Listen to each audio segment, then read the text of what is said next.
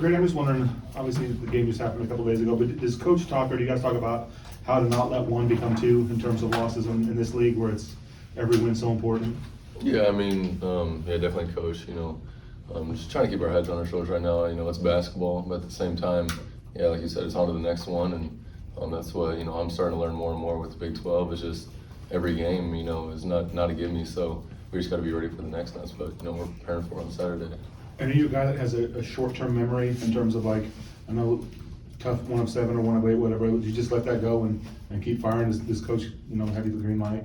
Yeah, of course. I mean, going through practices, just being prepared, and him seeing the stuff that I've kind of put in on the off time of just getting shots up.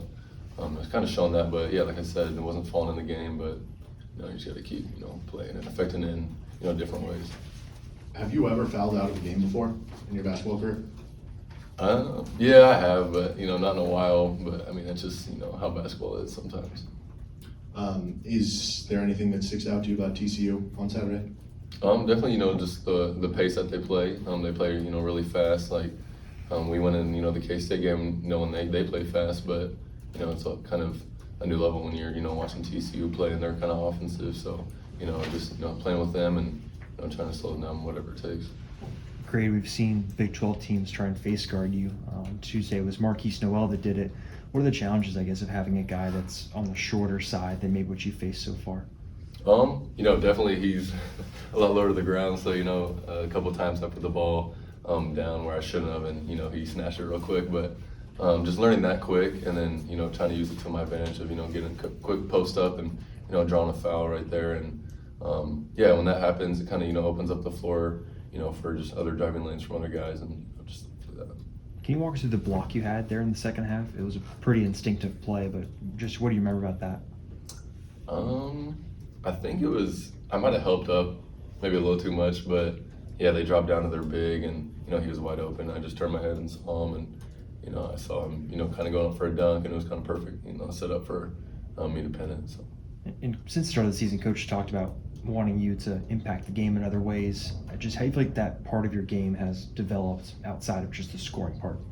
Oh, it's developed, tremendously. I think largely in the fact that, I've been, getting face guarded, and that's really helped me, show me what I need to do, because obviously I'm not going to get, too easy of a shot up just right away when the game starts. So it's more of, just moving the ball quick, and, if they're face guarding me, it might give me another opportunity to, get around them and get an easy rebound or whatever it may be. And, for me in the K-State game was when it wasn't falling in, I was being face guarded. It was kind of just trying to get to the line and draw fouls.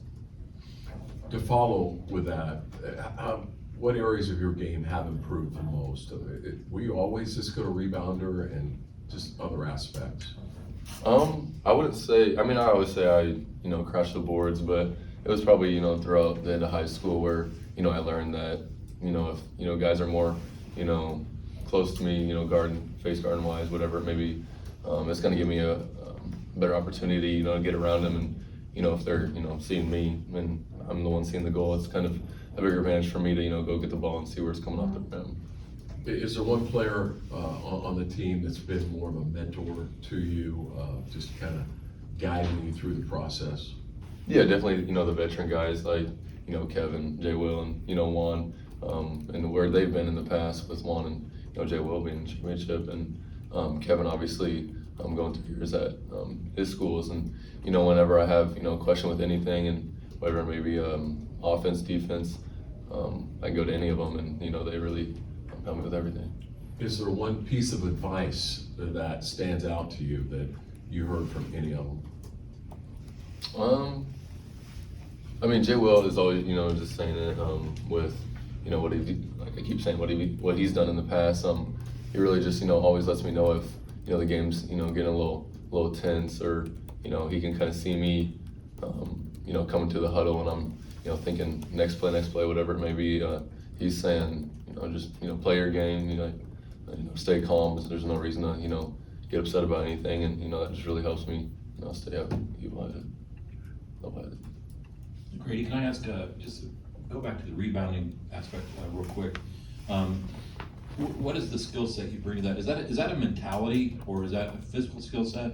And I'm also curious about with the success you've had, especially in, big moments rebounding, the team's kind of seeing the same thing from KJ. What do you guys bring into to make that occur? Yeah, I think it's kind of, both what you're saying, the skill and, mentality, because obviously you gotta, have a little skill to go get it, but, against some of the, the big guys in the league, but at the same time, it is a mentality too of where, you're thinking, that's just another extra possession that we give, we get that ball or offensive rebound, so, I definitely know KJ is thinking, if we're on offense, we shoot a shot, he's gonna go get that ball, and that might give us another opportunity to get a, 2 more points or 3 points, whatever it is, so I feel like, that's the mentality part of it. Anything else? All right.